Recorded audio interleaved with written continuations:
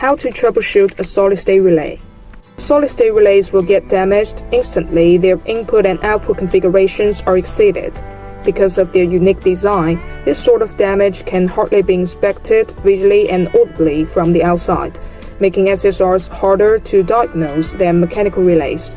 But with a few simple troubleshooting steps, it can be easy to check if a relay is working as expected or not.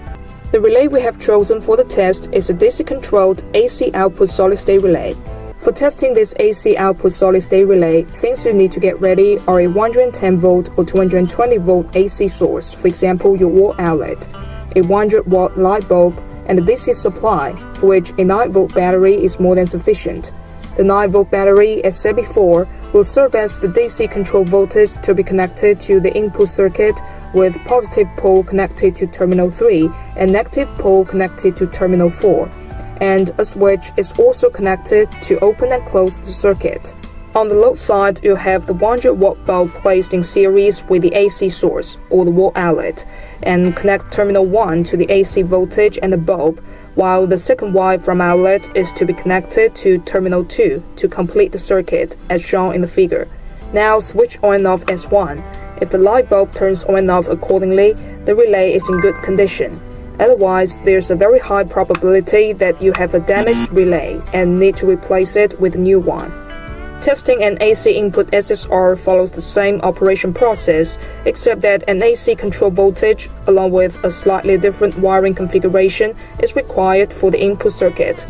The following figure shows a typical setup for such tests. One thing to be noted is that the input section of the SSR must be on the AC main side of the load. The relay will not work properly if the input connection is directly made at the output terminals because of the voltage drop. According to the given schematic, when the control switch S1 is closed, the output of the solid-state relay begins conducting current, illuminating the light bulb. When the switch is open, the light should be off. If this does not occur, you need to consider changing this faulty relay for a new one. Another functionality test we can do with a solid-state relay is made possible using a multimeter. There are two modes in the multimeter that can be used to test a solid-state relay. One is diode test mode and the other is resistance mode. Let's first take a look at the diode test. Any typical multimeter with a diode test function is sufficient for such tests.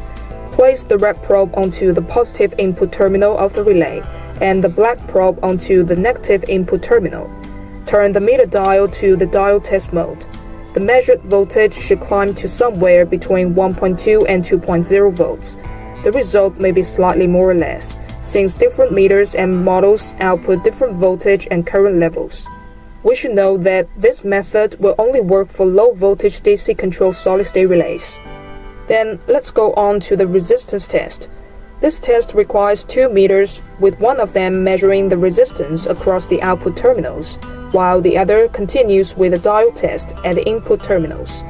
When the voltage supplied is removed from the input terminals, the multimeter shows OL, indicating an open circuit. When the input leads are placed back, the resistance at the output part will probably drop down to the milliohm or kiloohm level. These steps provided above are only a list of possible methods that might be used to track down a bad relay.